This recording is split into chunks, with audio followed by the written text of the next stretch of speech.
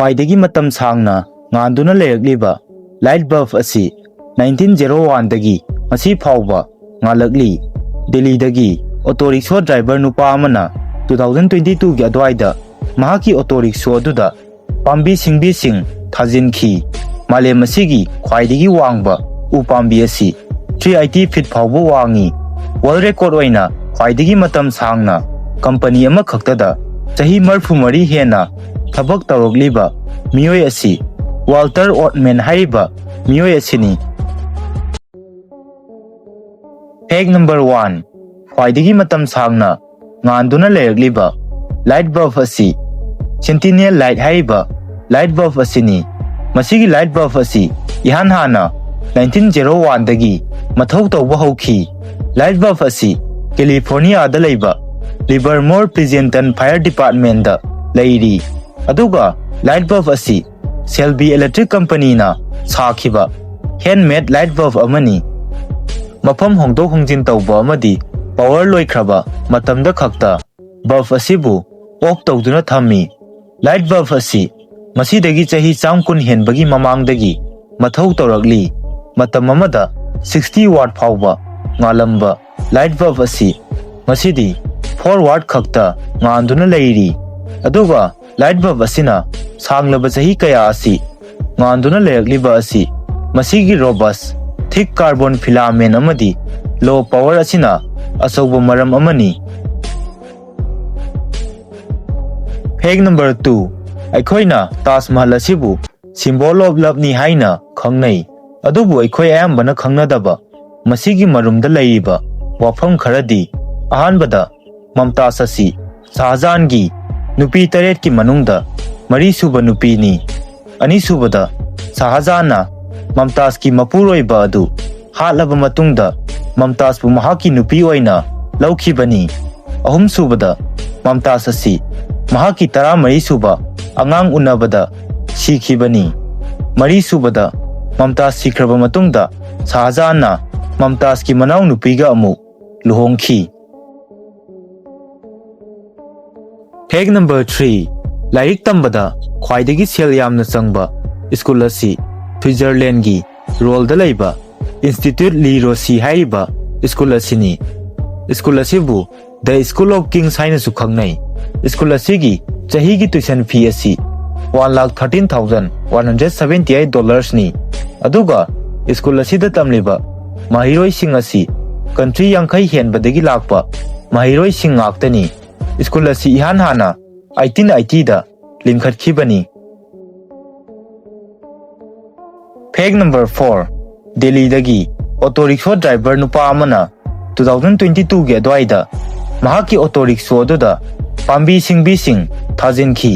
Masigi maramdi mahaki auto rickshaw asigi manungda tongliba passenger singbu ingtha hanaba amadi passenger singbu pungning chingsinabani.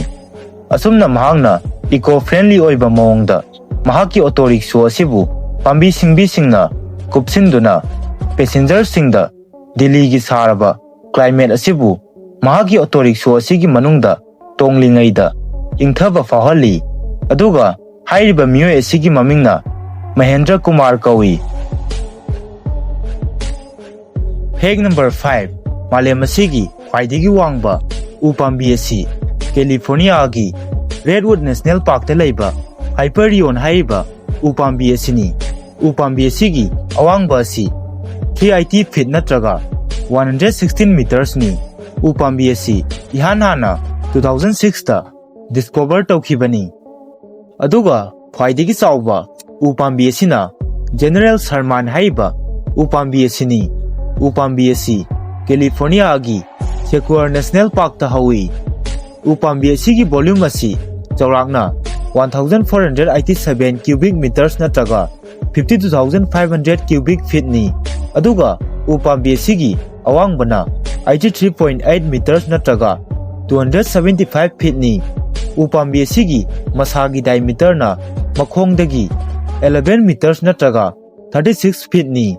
Upambi asi masidagi chahi 2,200 natraga chahi 2,200 suraba upambi amani. Fact number 6 world record oina ख्वाइदगी मतम सांगना company अमखक्तदा थबक तौरक्लिबा मियोय असि Walter ओटमैन हाइबा मियोय असिनी महाग असि Brazil दगिनी अदुगा महागना चही मरफुमरी हेना Renox view हाइबा company असिदा थबक तौखी महागना मसागी चही 35 सुबदगी 1938 ता हाइरिबा company असिदा थबक तौबा हौखी अदुगा महाकी मतम सांगबा डिसिप्लिन रूटीन कंपनी असिबु नुंगसिजबा अमदी हेल्दी लाइफस्टाइल असिगिदमक 2022 दा गिनीज वर्ल्ड रिकॉर्ड चनखी महाग असि चही 100 सुरबा फाउबा असिदा कंपनी असिदगी रिटायर तौगी हाइबगी प्लान अमता लैट्री। फैक्ट नंबर 7 ख्वाइदगी मतम सांगना किस तौखिबगी गिनीज वर्ल्ड रिकॉर्ड असि थाईलैंड इकाचाई अमदी लक्षणा तिरा नाराट हाइबा मियोय अनि असिना थमखिबनी मखोय अनिना किस तौखिबगी मतम असिना 58 आवर्स 35 मिनट्स अमदी 58 सेकेंड्स नि अदुगा रिकॉर्ड असि हाइबा मियोय अनि असिना 2013 गी फेब्रुआरी 12 तगी 14 फाउबदा थमखिबनी असुमना तौरिङै मनुङदा मखोय अनिगी चिम्बाल अदु अदुमक थेंजिनखी लेप्तुना लैखी अमदी मखोय अनिमक तुमदना लैखी मखोय अनिगी रिकॉर्ड असिगिदमक प्राइस ओइना $3,300 अमदी डायमंड रिंग अनि फंखी अदुबु हाइबा कैटेगोरी असी अथिंग थमख्रे मरमदी मसिदा यावरिबा पार्टिसिपेंट सिंगना मतम सांगना तुमलक्तबा असिना हेलुसिनेशन अमदी साइकोलॉजी की ओइबा प्रॉब्लम कया थोखल्ली।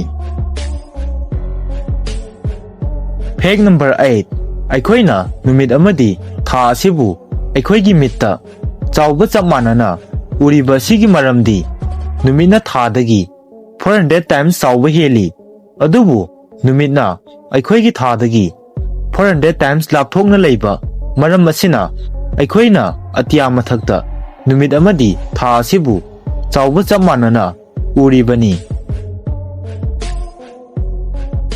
फैक्ट नंबर 9 थाना अखोइगी कोक्तोंदा थोकपा मतमदा अखोइगी अरुंबा असि केजी अमदा 0.48 मिलीग्राम्स की चांगदा हंथगनी हाइबदी केजी चाम लुंबा मियोय अमदा 0.5 ग्राम्स की चांगदा वेट हंथगनी असुमना तौरिबा असि थाना अखोइगी पृथ्वीबु चिंगसिनबा असिननी अदुगा करिगुंबा थाना अखोइगी मालेम असिगी ऑपोजिट साइड लैबा मतमदना अखोइगी अरुंबा असि हेनगटकनी।